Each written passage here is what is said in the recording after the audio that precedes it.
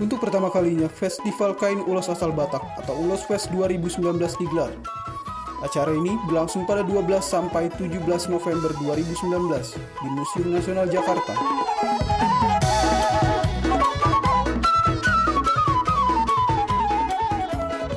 Festival dengan tema motif ragam dan warna ulos tersebut diadakan oleh Batak Center.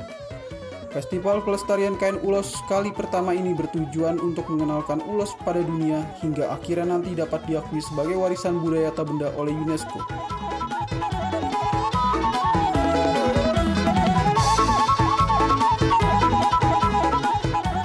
Ketua Ulos Fest 2019, Yohanes Marbun menjelaskan, pentingnya menjaga warisan budaya asli tanah Batak agar tak lekang oleh zaman.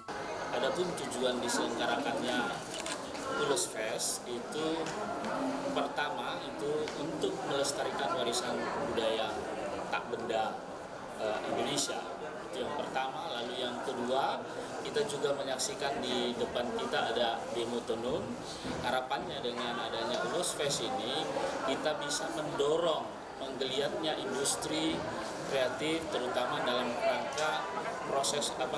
rangka proses produksi ulos, mulai dari aktivitas petenun, bahkan nanti ke upaya-upaya pelestarian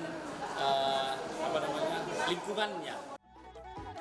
Diketahui ulos telah ditetapkan oleh pemerintah Republik Indonesia sebagai warisan budaya tak benda pada 8 Oktober 2014 melalui keputusan Menteri Pendidikan dan Kebudayaan.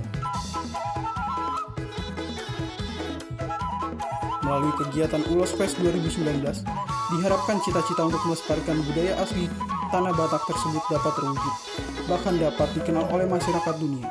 Dari Jakarta, Kantor Toba TV mengatakan.